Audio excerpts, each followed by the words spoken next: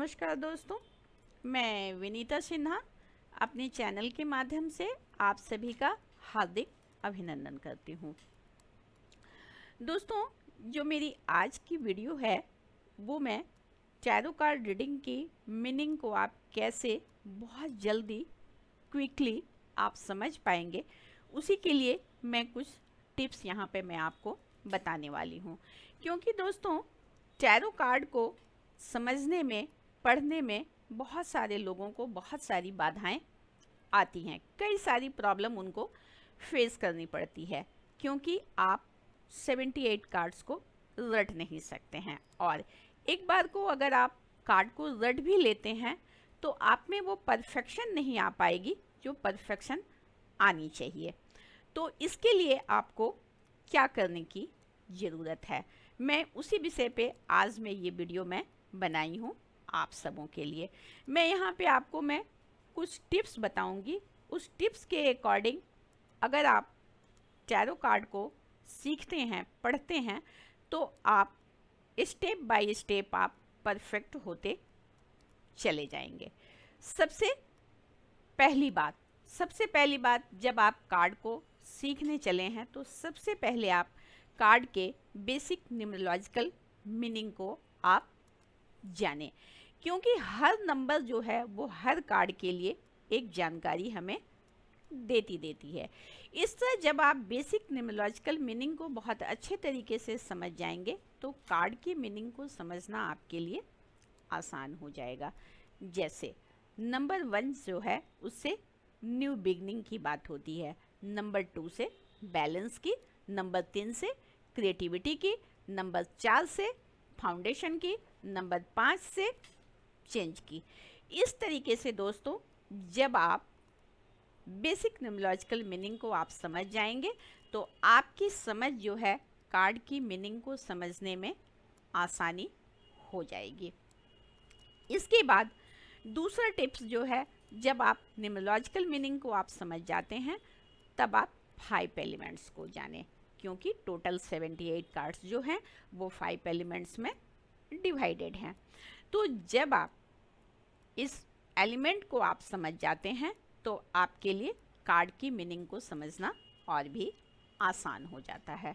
जैसे major arcana के जो 0 से लेकर के 21 तक के जो कार्ड हैं, यानी जो 22 कार्ड हैं मेजर अरकाना के, वो स्पेस एलिमेंट को रिप्रेजेंट करते हैं। बाकी के जो 56 कार्ड हैं माइनर अरकाना के, वो बाकी 4 एलिमेंट को रिप्रेजेंट करते हैं। जैसे जो शॉर्ट्स के कार्ड हैं वो एयर एलिमेंट को रिप्रेजेंट करते हैं, और जब हम शॉर्ट्स के कार्ड को रीड करने लग जाते हैं वहाँ से हम माइंड को, कम्युनिकेशन को, इन सारी बातों को हम जान पाते हैं।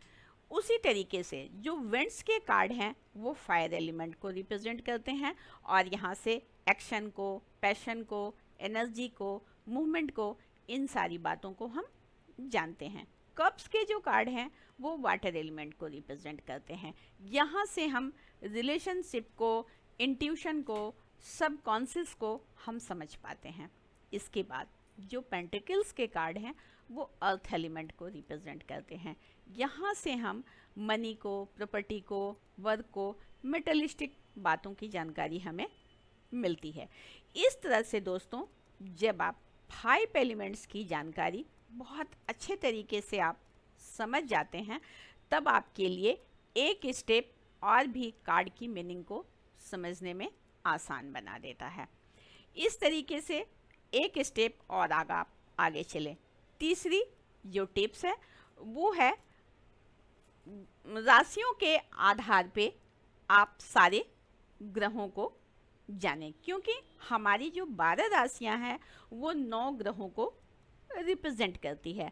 तो आप यहाँ पर तीसरे स्टेप पे आप 12 राशियों को जानें और उन 12 राशियों के साथ में 9 ग्रह को जानें, क्योंकि जो 12 राशियां हैं वो 9 ग्रह से रिप्रेजेंट करती है। हर एक राशि जो है एक ग्रह से शासित है।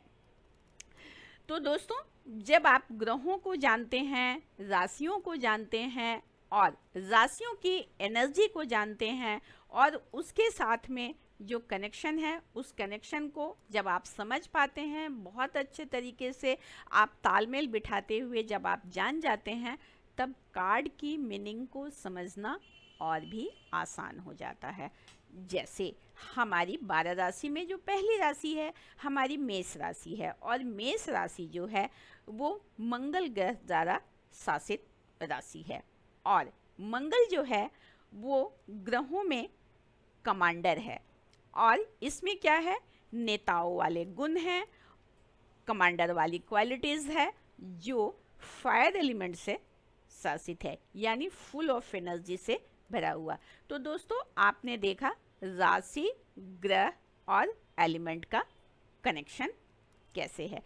इस तरीके से दोस्तों जब आप ग्रहों को, राशियों को, एलिमेंट्स के कनेक्शन को आप बहुत बारीकी से समझ पाते हैं, तब आपकी समझ कार्ड की मीनिंग को और भी ठोस और बेहतर बनाती है। इसके बाद जब आप ये सारे ज्ञान आप ले लेते हैं, तो इस ज्ञान को आप अपने इंट्यूशन के साथ में आप कनेक्शन बनाएं। जब आप अपने इंट्यूशन के साथ में इस ज्ञान का कनेक्शन बनाते हैं, तब आपकी कार्ड की जो समझ है, जो मीनिंग को समझते हैं, वो और भी आसान हो जाएगा।